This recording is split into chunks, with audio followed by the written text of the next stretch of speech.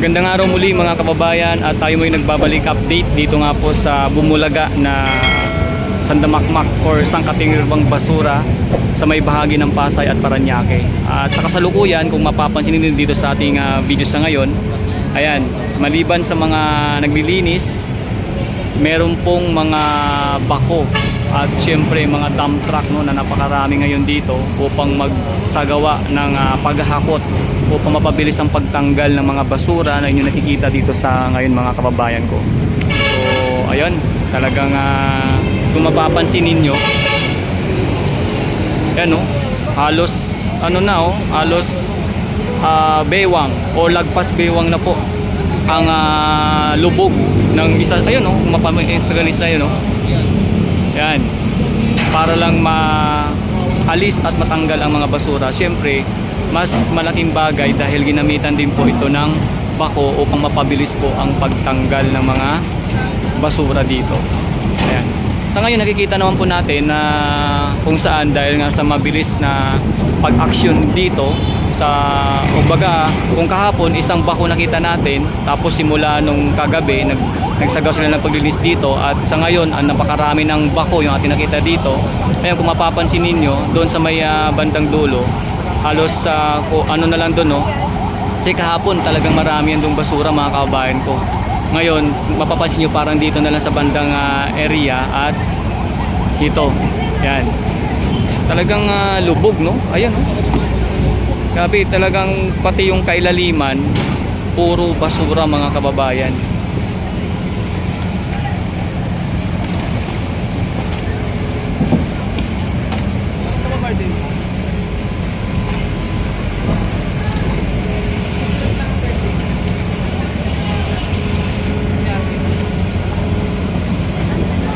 Tsaka maliban sa mga bako na yan, may mga chinso dito na ginamit, nakita natin kanina, kasi nga may mga kahoy na mga malalaki, kailangan putulin para mapabilis ang paghakot or pagkarga sa dump truck.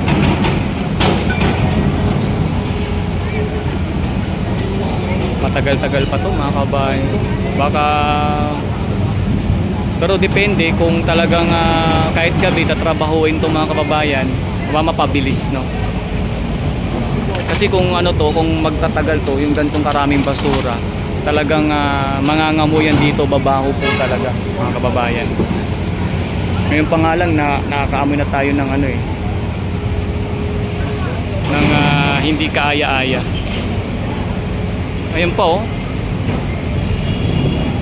dami pa to. Tapos meron pa yatang papasok. Ayun mga kababayan.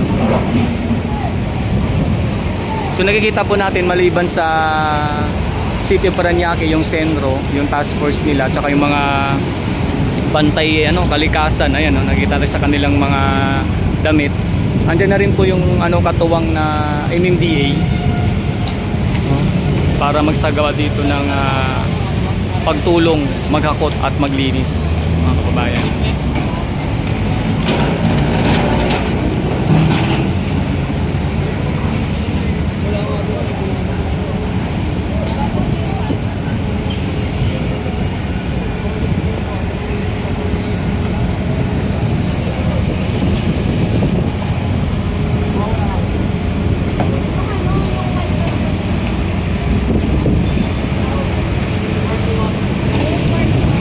Talagang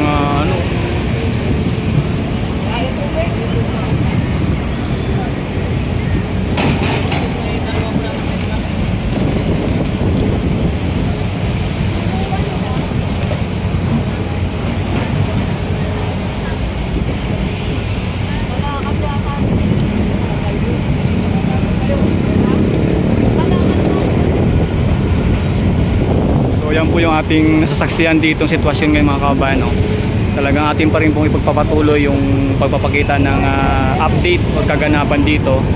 Sitwasyon na ito na talagang nagkagulat or napabulaga at napapahinto sa mga napapadaan dito sa may patungong LRT Redemptor Station, kasi nga talagang parang first time nangyari ito mga kababayan na ganito karami yung basura na pumasok dito at dumagsa.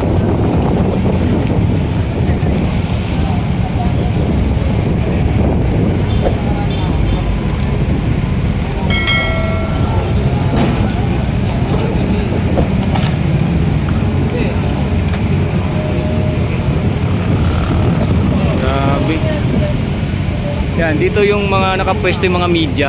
Tsaka nandun yung mga taga-MMDA. Nandun yung mga gagamitan nila.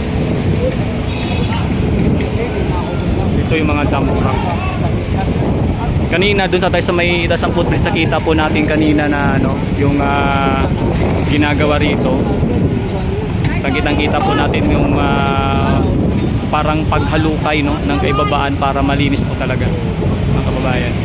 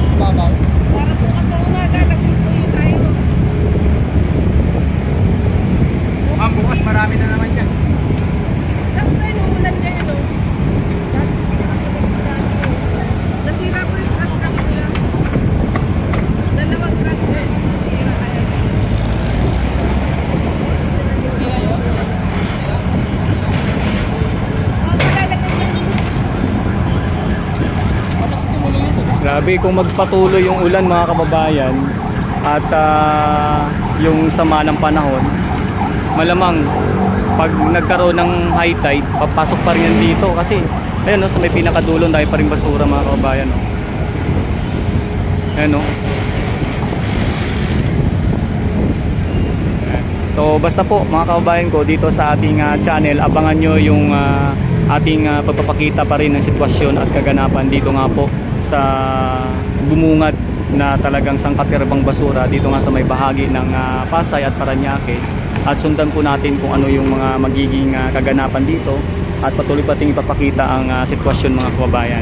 So siyempre po, salamat din po sa mga laging nakasubaybay sa aking channel, sa mga nanonood, sa mga nag-share at sa mga nagbibigay po ng kanilang komento regarding po dito sa ating pinapakita sitwasyon or kaganapan sa aking YouTube channel. So abangan nyo po, no, mga kababayan ko, kung ano pa po yung mga magiging kaganapan dito sa patuloy po na pag-alis at pagtanggal ng mga basura na inyo po nakikita sa ngayon, no, sa aking video. So ito nga pala po mula si Daddy D, at maraming salamat po muli sa inyong patuloy na pagtangkilik sa aking mga content or vlog dito po sa aking YouTube channel at sa aking Facebook page. Salamat po, mga kababayan.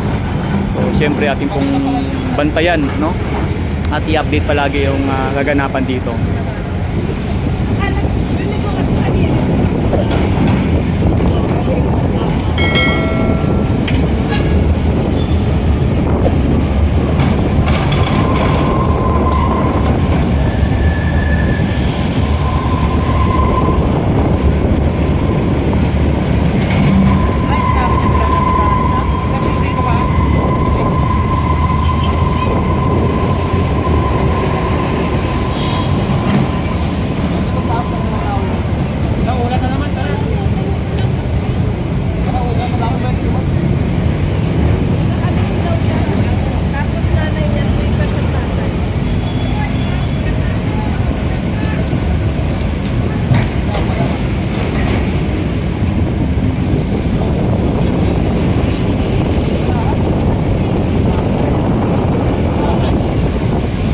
Yan na uling ulan, mga kababayan ko.